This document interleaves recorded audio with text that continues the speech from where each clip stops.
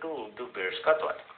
E, obviamente, que ele tem como referência o nascimento de Cristo. Por isso que tudo que a gente fala é antes de Cristo ou depois de Cristo, porque foi criado por um Papa.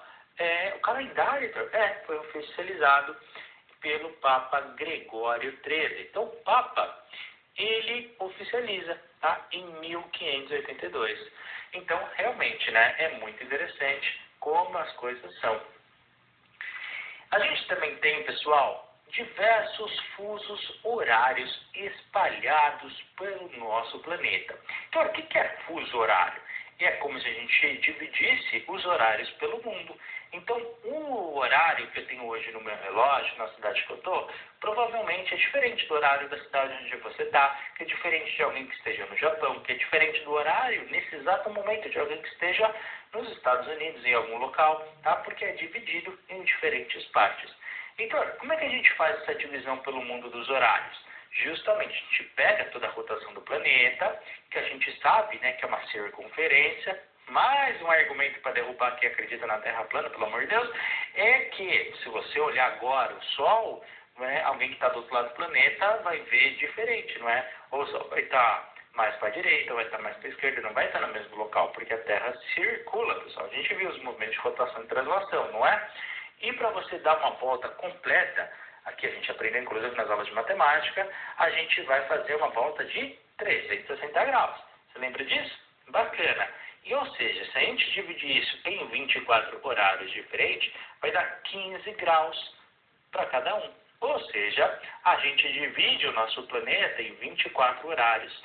24 horários mesmo, 24 fusos, que a gente chama. Ou seja, 15 graus da rotação da Terra para cada um deles. Só que, ó, eu vou até dar um zoom, que eu quero te mostrar uma coisa. Eu vou mostrar aqui para vocês, que eu quero que você entenda que, olha, nem sempre, ó, presta atenção. Tá vendo que as linhas, aqui está a divisão, né, das 24 horas, como eu te falei. Agora, 1, 2, 3, 4, 5 e assim por diante. Cada corzinha está com um fuso diferente. Só que acompanha aqui as linhas. Tá vendo que às vezes ela tem um pouquinho ligeiro para a esquerda, às vezes vai para a direita, eles vão adaptando. No Brasil mesmo, ó, tá vendo que as linhas vão meio que fazendo um contorno. O que são esses contornos? Porque ela não é exatamente em linha reta. Porque senão alguns estados ou até mesmo algumas cidades iam ser cortadas no meio. Então já pensou? Quem está desse lado da rua é um fuso. Aí quem está do outro lado da rua é outro fuso. Ia dar muita confusão. Então eles meio que respeitam os limites dos países ou então de alguns estados dentro dos países, tá? Então dentro de cada país, o próprio país tem essa autonomia para falar, olha, tal estado, como tem muita iluminação, vai ter tal fuso, tal estado, a maioria vive desse lado, então vai ter outro fuso. Então dentro de cada país, os países se autodeterminam. Agora, existe essa divisão em que o mundo inteiro respeita. Muito legal, né? Eu acho muito interessante. Agora, nós temos 24 horários com 1 hora entre eles. Quando que isso foi criado? Em 1884, nos Estados Unidos. E como o marco zero, digamos assim, ou seja, o horário zero, a gente precisa definir em algum lugar do mundo, né? Qual país, qual cidade, qual localidade ia ser o horário zero? A gente definiu por padrão, que era em Londres, na Inglaterra, num local chamado Greenwich. Que eu posso fazer? O nome é complicado de pronunciar, mas a gente chama de Greenwich, tá? E ele fica numa localização em Londres, na Inglaterra. E o que a gente padronizou e convencionou? Toda vez que a gente dá 15 graus para a direita, aumenta 1 grau, aumenta 1. Toda vez que for para a esquerda, diminui 1. Então, para a direita mais 1, para a esquerda menos 1. Então, se aqui é meia-noite em Greenwich, em Londres está meia-noite, andei um fuso para a direita, vai ter mais 1 hora, vai estar 1 da manhã. Do lado, 2 da manhã, no outro 3, no outro 4 e assim por diante. Se aqui é meia-noite ainda em Londres, se eu voltar para a esquerda, então ainda é 11 da noite. Se for mais para a esquerda, 10, e depois 9 da noite, e depois 8 da noite, entendeu? Vai diminuindo 1 hora, simples assim, ao mesmo tempo. Então, e o Brasil? No Brasil, a gente tem como padrão Brasília, né? Que é a nossa capital. Faz todo sentido, tem toda a lógica. E no Brasil, a gente vai falar que é -3 UTC. -3 é justamente essa numeração que eu acabei de explicar. Então, e UTC? UTC é simplesmente a unidade de medida que nós utilizamos. Então, quando a gente vai falar, olha, está em -7 o TC, você vem nesse mapinha, vê o -7 ali do lado esquerdo e vai descendo e você vê que é tudo isso aqui, tá bom? Ou seja, -7 UTC. Então, o TC é a unidade de medida para fuso horário. Simplesmente isso. Assim como a gente tem para metros, para segundo, para quilômetros, enfim, a gente usa o TC para fuso horário. Simples assim. A gente, obviamente, tem que adaptar os fusos, os trajetos desse fuso de acordo com as necessidades geográficas e políticas. A gente teve, né, durante muito tempo horário de verão, depois saiu, aquela coisa toda. Então, né, você teve essas adaptações e às vezes tem alguns países que têm algumas coisas confusos e eles mudam algumas coisas. E aí, de repente, um estado novo em algum país é criado ou algum país perde alguma fronteira por causa de alguma coisa, alguma guerra. Então, isso vai sendo adaptado aos poucos, conforme o mundo também vai mudando. Não é uma coisa fixa para sempre e eterna, uma linha reta. Não, porque é aquilo que eu expliquei do problema das ruas. Então, e o Brasil? O Brasil, hoje, ele tem 4 fusos diferentes. E a gente tem como referência para esses locais Fernando de Noronha, a gente tem Brasília, Manaus e também o Acre. Você tem os Estados Unidos com 6 fusos diferentes e você tem a Europa inteira com apenas 4 fusos. Olha só, em 50 países, né, você tem ali 4 fusos só, enquanto os Estados Unidos, que é um país único, tem 6, justamente por causa da extensão territorial. E a Rússia? A Rússia é o país que mais fusos tem no mundo. Ali, obviamente, também a maior extensão territorial de largura, né? Então, obviamente, isso explica, mas só a Rússia sozinha tem quase metade dos fusos, tá? São 11 fusos diferentes. Então, realmente, haja fuso, né? Mas já pensou? Você lá na Rússia deve perder o horário o tempo todo. O ser humano sempre quis voar. Sempre foi o sonho dele, sempre quis ver como é que, por exemplo, tantos animais voam, por que o ser humano não? Então, isso sempre foi uma angústia dos seres humanos, uma das maiores angústias, não sei se você sabe. E aí, como é que a gente sabe isso? Por todo o nosso trajeto, nas literaturas, nas obras, nos pensamentos. Vira e mexe, os pensadores e os poetas sempre escreviam sobre isso, ou seja, por que o homem não voa? Porque a ideia do voo está muito ligada à questão da liberdade, do sonho, das conquistas. Então, justamente por isso, né, que vem sempre essa comparação. Bom, e como é que foi o nosso trajeto até hoje? A gente conseguiu voar. Vou te explicar agora. Olha, a ideia de voar, como eu disse, ela sempre foi antiga. E a gente pode ver, por exemplo, na mitologia grega, né? A gente tem um exemplo ali da história de Ícaro, que cria asas, se aproxima do sol e as asas derretem por causa do material que eram feitas. Depois você encontra na literatura, lá para 400 anos antes de Cristo, no Arquitas de Tareto. Você também o desenvolvimento, por exemplo, a gente tem um exemplo, né, do pombo de madeira que foi feito.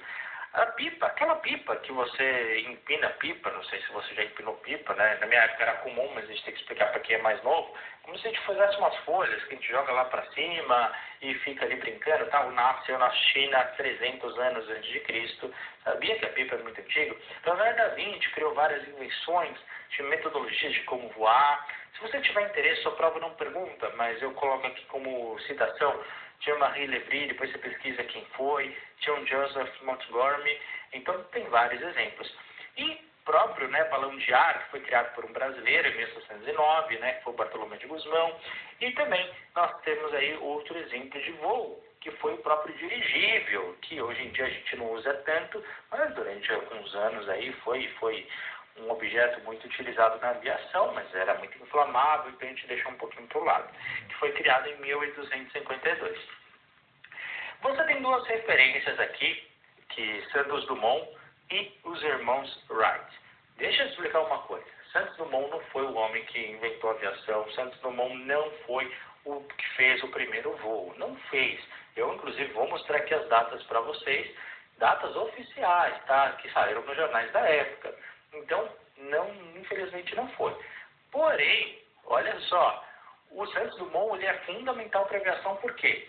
Porque ele desenvolveu um jeito de voar onde você tinha uma certa autonomia e controle nas operações de voo. Sem isso, era muito difícil manter um avião estável. Então, ele foi fundamental na aviação, mesmo não tendo sido o primeiro. E outra coisa, Santos Dumont foi um baita inventor. Mas tudo que você parar para imaginar, foi o Santos Dumont que fez. Você não imagina a quantidade de coisas. A gente fica falando no raio da aviação e fica querendo ganhar isso nessa discussão. Não sei porquê, aonde que alguém ensinou isso. E tantas invenções que ele fez, a gente não dá valor. Por exemplo, ele quando ele voava, ele queria ter o controle do tempo que ele tinha. E até então, todos os relógios que tinham na época, eram aqueles relógios que tinham dentro, não sei se eu ainda tenho alguns assim, que eram aqueles que guardavam dentro do paletó, que você tira, tem ali a corrente, você olha aqui o relógio e depois você guarda aqui dentro do bolso. Só que ele estava ali, né, pilotando avião e não podia fazer isso, esse movimento, tirar as mãos do manche, do controle. Então o que ele fez? Criou um relógio de pulso. O Santos Dumont? O Santos Dumont criou um relógio de pulso. Não sei se você sabe. A única diferença é que nós utilizamos o relógio na parte da frente aqui do pulso, né, por convenção. Mas quando ele criou, a ideia original é que o relógio fosse na parte de dentro. Tá? Por quê? Porque enquanto ele estava ali pilotando, ele conseguia olhar e via que o relógio sem precisar mexer as mãos. Era essa a ideia, tá bom? Então o Santos Dumont foi um baita inventor. Depois você pesquisa aí todas as invenções que ele tem. E eu sinto pena da sua prova não perguntar sobre isso, porque tem muita coisa que a gente podia trabalhar, tantos exemplos que a gente podia utilizar, inclusive práticos. Vocês iam gostar bastante. Então pesquisa aí, mas eu tenho que me ater àquilo que o Enseja pergunta. Ele, dentro da aviação, o primeiro avião que ele criou e desenvolveu, o famoso 14 bis, que ele fez o primeiro voo dele, e isso foi noticiado, né, no jornal na época, foi lá em Paris, inclusive. Ele voou por 21 segundos e ele chegou a 200 metros de 200 metros de distância e chegou a 6 metros de altura. Foi um grande boom da época, tá? Qual que foi a grande vantagem?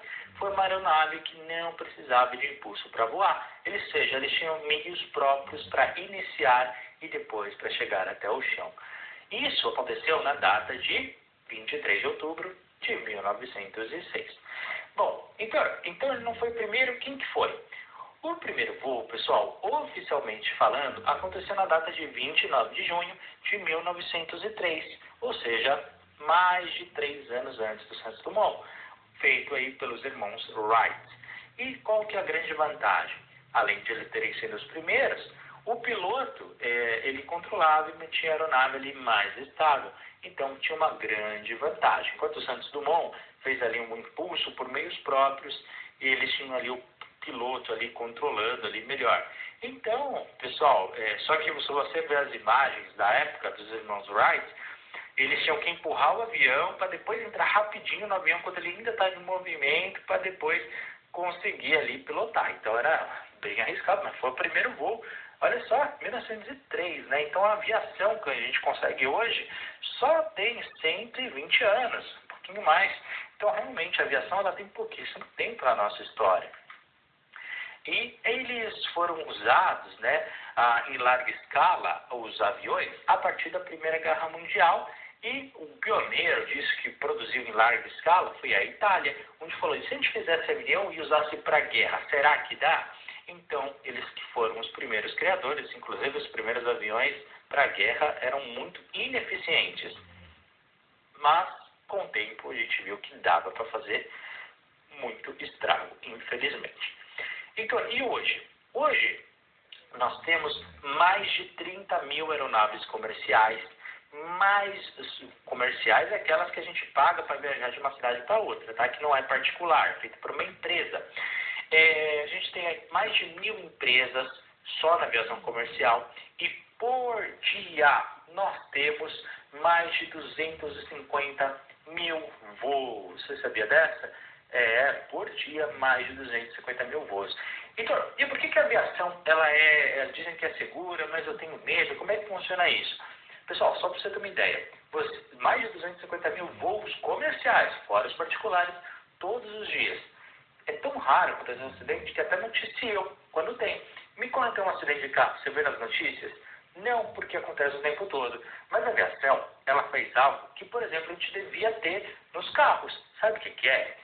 Toda vez que tem um acidente de aviação comercial no mundo, qualquer parte que for, eles param, analisam E se for o caso, eles descobrem qual é o motivo sempre, eles vão atrás, gastam o dinheiro que for para descobrir o porquê que aquele avião teve algum problema. Problema pequenininho ou até mesmo problema grave.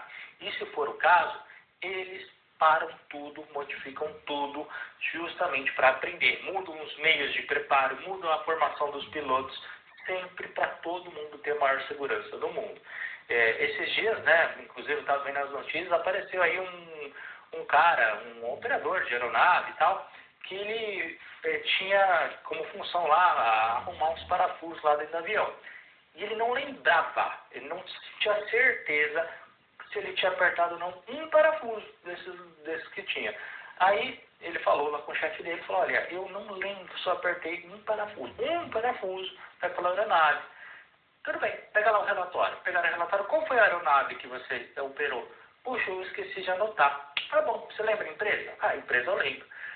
Olha, entraram em contato com a empresa, mais de 1.200 aviões foram para o chão, ficaram em manutenção e revisaram os 1.200 aviões por causa de um parafuso. E apertaram na dúvida todos, só por causa da possibilidade daquele parafuso um dia dar um problema daqui a 40 anos.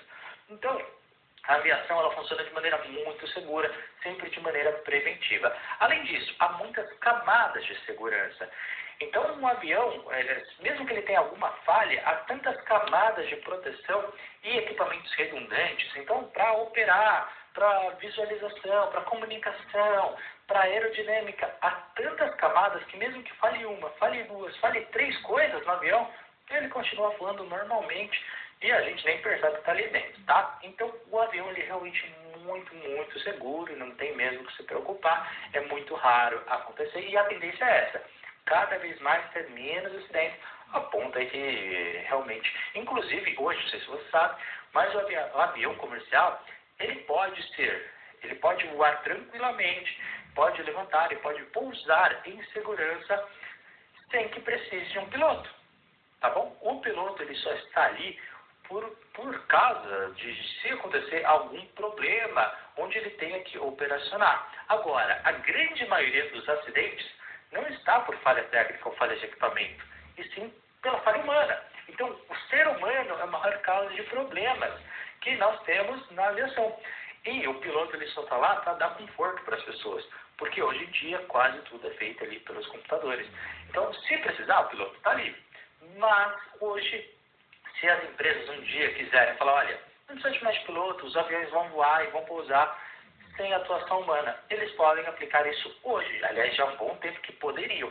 Só que realmente as pessoas vão ficar com medo, ainda não tem essa segurança com a tecnologia, mas um dia isso vai acontecer, tá? Não sei se estaremos aqui para isso, espero bem que sim, mas isso vai acontecer.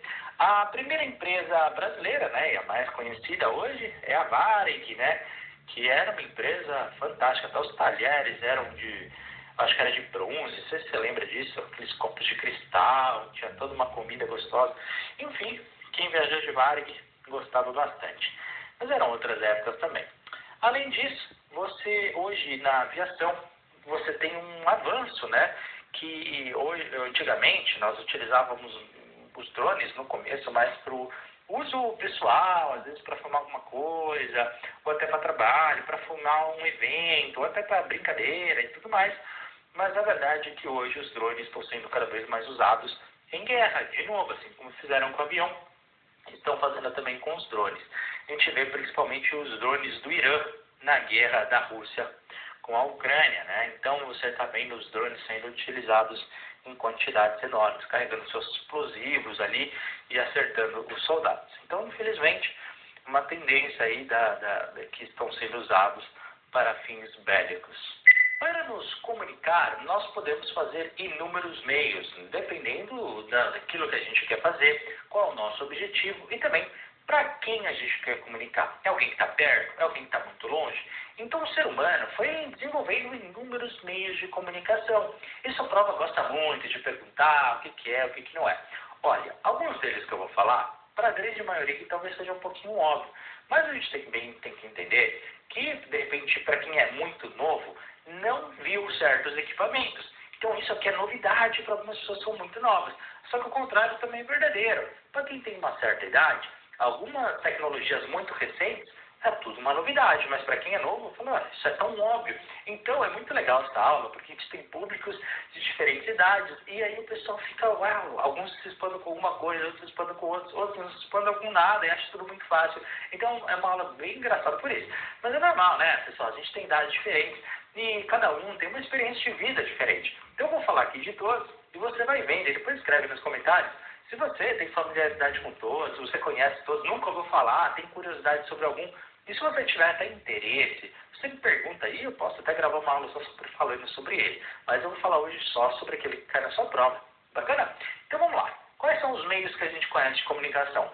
Obviamente que nós temos a escrita, né, que foi o primeiro, que a gente tem como referência os primeiros, né, que foram feitos pelos fenícios há 4.000 anos antes de Cristo, que era através de sinais, imagens e códigos. Inclusive, o logo aqui do Conquiste Seus Sonhos, eu já falei, né, é do alfabeto fenício, que é o primeiro alfabeto que nós criamos e desenvolvemos na nossa sociedade. Temos também o telégrafo, que é criado aí através de código Morse, inclusive é muito legal se você quiser saber, que é sempre por pontos e traços. Convido a todos a aprender porque é bem legal.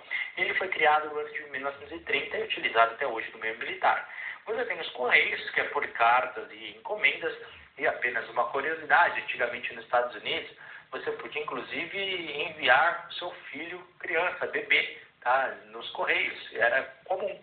Então você podia, eu quero enviar meu filho de 6 meses. Então alguém envia, pegar seu filho de 6 meses, colocar na escola e levar até outro lugar. Então você podia fazer uma encomenda e mandar o seu filho para outra direção através dos correios.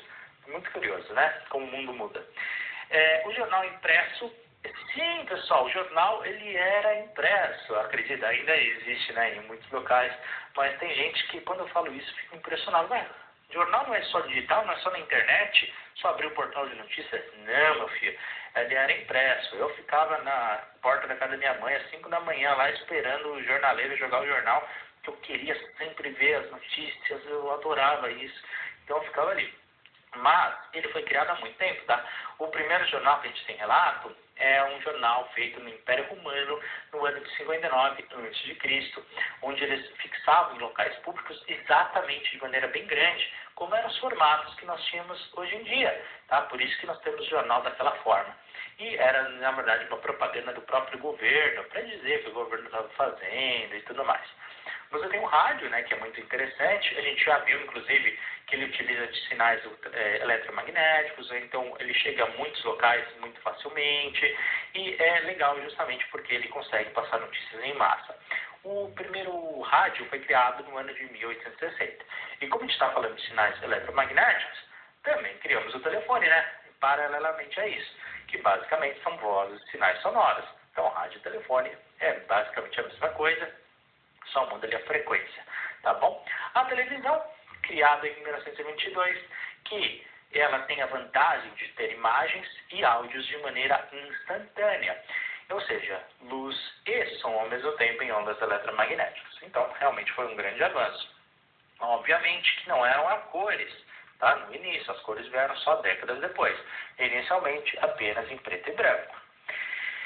Nós temos o celular, que foi criado em 1973, e o smartphone, que não é a mesma coisa. Smartphone, que a gente tem o iPhone como a primeira referência, mas hoje em dia você tem outros operadores, não apenas o iPhone.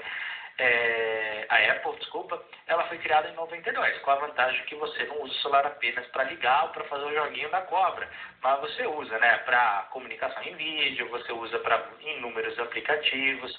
Então, hoje em dia já tem esse avanço muito grande. O computador foi criado em 45, inicialmente para uso militar, mas em 71 foi aberto ali ao uso do público. Em 79, que foi criado ali pelo Exército Americano a internet, mas só foi ao público em 91. Por quê? Quando eles criam a internet, depois de muito tempo, é que ainda vai para as universidades, depois nas universidades é que é aberto ao público. Então teve todo um trajeto, tá? Para ser acessível. Mas inicialmente a internet foi criada para comunicação interna do Exército Americano. Você também tem os satélites artificiais. Hoje nós temos mais de 6 mil ao redor de nosso planeta, e a empresa que mais está fazendo esse serviço de lançamento de satélites artificiais no espaço é a SpaceX, que é uma das empresas do milionário Elon Musk. É usada aí para, hoje em dia, os satélites ao redor do nosso planeta, que nem esse que está aqui na imagem, é usada aí para inúmeros meios de comunicação, GPS, televisão, meteorologia, uso militar, entre outros. Mas adivinha quem que idealizou pela primeira vez? O Isaac Newton. De novo, ele está em todas, é impressionante. Século XVII ainda por cima. Então o Brasil estava sendo descoberto e o Isaac Newton já estava pensando em pôr satélite. Olha só. E demorou um bom tempo, né, até a gente começar a fazer isso. Ou seja, 7, 8, 9, mais de 300 anos depois, a gente lançou o primeiro. E o primeiro foi feito pela União Soviética, olha só você, foi o Sputnik 1 em 1957. Então, e o Brasil? Colocou de imediato também? Não. O primeiro satélite brasileiro é relativamente recente, tá? Foi feito no ano de 1993. Claro que hoje, com meios de comunicação, a gente pode dizer que a inteligência artificial vai abrir inúmeras portas. Heitor, quais?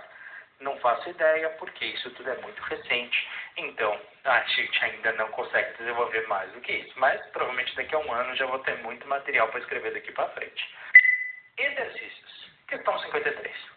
Conforme a Terra dá voltas em torno do Sol e gira sobre o próprio eixo, a gente viu, né, que a questão da rotação, partes delas são iluminadas e outras ficam no escuro. Por isso, é dia em alguns pontos, enquanto é noite em outros lugares. Até o século XIX, isso era uma bagunça. Cada cidade definia sua própria forma de medir o tempo, sem coordenação central. E em 1884, a Conferência Internacional do Meridiano botou ordem no planeta, estabelecendo as regras que usamos hoje. É aquilo que nós falamos dos fusos horários. A medida tomada para resolver o problema citado no texto foi o estabelecimento do sistema D. A. Fusos horários, B. Hemisférios distintos, C. Calendários universais ou D. Coordenadas geográficas. Como nós falamos em aula, nós desenvolvemos 24 fusos horários diferentes, onde você tem ali as definições, claro, com pequenas adaptações políticas e geográficas, mediante os terrenos, mas nós dividimos os horários a cada 15 graus no nosso planeta, tá? Para 1 hora a mais de UTC ou menos 1 hora UTC. Ou seja, estamos falando aqui de fusos horários, alternativa letra A, na questão 53. Questão 51. A Wikileaks é uma organização internacional criada em 2006, que tem o propósito de divulgar vazamentos e submissões anônimas de documentos classificados como sigilosos. Seu alvo são políticos corruptos e instituições turvas. A estrutura da Wikileaks é amorfa e dinâmica. Não há uma sede, staff ou organograma. Sua base tecnológica está espalhada por servidores de diversos países, de forma a garantir a permanência no ar, mesmo diante de ameaças de governos e instituições poderosas. Seus colaboradores são um exército de anônimos. Os sistemas de informações mundiais, articulados pelas novas tecnologias de comunicação, motivaram preocupações para muitos estados e corporações internacionais. Por quê, pessoal? Porque, letra A, imagens de satélites tornaram-se instrumentos estratégicos das empresas. B, inovações derivadas de software empresariais são de uso público e gratuito. C, hackers e ativistas podem invadir e disseminar os dados do governo de empresas. E D, estruturas de poder governamental independem cada vez mais do setor de tecnologia. Pessoal, nós temos hoje as pessoas, né, com acesso às redes de informação, com as tecnologias e tudo mais, elas podem também fazer a divulgação, inclusive, de informações que até então eram sigilosas dos governos e também das empresas. E essa é a preocupação, né? Que pessoas possam realmente invadir e divulgar esses dados. Portanto, a alternativa correta, como disse ali na própria questão, né, na própria pergunta aqui, na questão 51, só pode ser a letra C. Hackers e ativistas podem invadir e disseminar os dados do governo e de empresas. A gente vai começar agora uma série de aulas que a gente vai falar um pouquinho da trajetória do Brasil em ordem cronológica, de tudo que aconteceu desde o período das descobertas, descobrimentos portugueses no Brasil em 1500 até os dias atuais. Então a gente vai andar um pouquinho na linha do tempo vem das datas mais importantes, os fenômenos políticos que mais foram relevantes, econômicos também, enfim, tudo aquilo que cai da sua prova, tudo retratando o Brasil nos últimos 524 anos. Além disso, a gente depois ainda vai ver também como é que o mundo estava nessa situação.